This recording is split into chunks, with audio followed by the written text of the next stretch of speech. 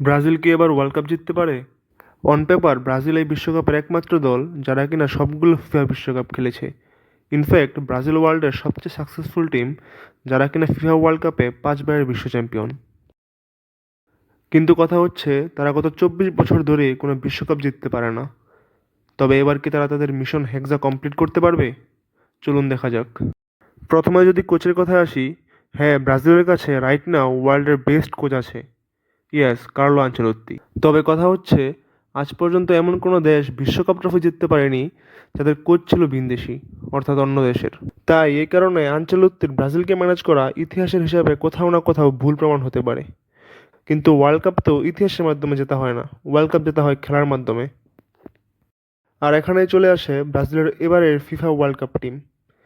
যদি টিমের দিকে তাকাই, তাহলে গোলপোস্টে বরাবর মতোই থাকছে এলিসন বেকার। রাইট ব্যাকে থাকবে রোমারো উইসলি, যে কিনা ইতালিয়ান সিরিয়াতে রোমার হয়ে রাইট ব্যাক ওপেন করে।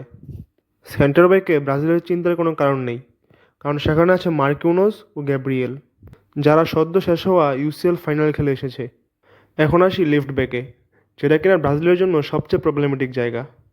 এখানে ব্রাজিলের হাতে দুটি অপশন রয়েছে।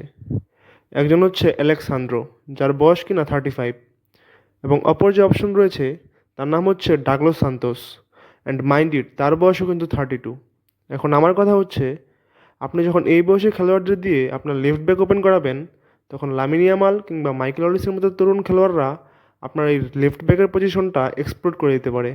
অর্থাৎ আমি সোজা কথায় বলতে চাই, এই বিশ্বকাপে ব্রাজিল সবচেয়ে বেশি অ্যাটাক খাবে তাদের এই লেফট ব্যাকের উইং দিয়ে।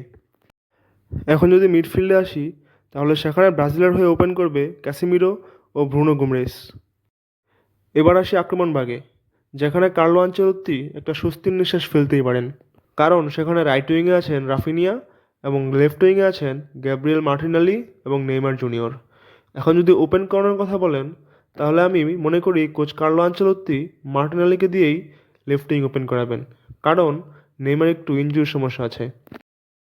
আর ফরওয়ার্ডে থাকবে ভিনিসিয়াস জুনিয়র এবং ম্যাথুস কোনা, এবং বেঞ্চে থাকবে এনরিকের মতো তরুণ খেলোয়াড়। তো সব মিলিয়ে এই হলো ব্রাজিলের স্কোয়াড। এখন আমার মতে ব্রাজিল তাদের গ্রুপে গ্রুপ চ্যাম্পিয়ন হয়েই রাউন্ড অফ 32-তে যাবে, এবং সেখানে তাদের মুখোমুখি হতে হবে জাপান কিংবা নেদারল্যান্ডসের সাথে।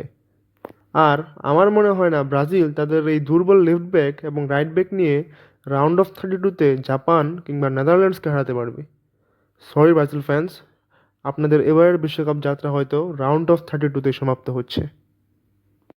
তবে আপনার কি মনে হয়, ব্রাজিলকে জাপান কিংবা নেদারল্যান্ডসকে হারিয়ে রাউন্ড অফ 16-এ যেতে পারবে? কমেন্টে জানান।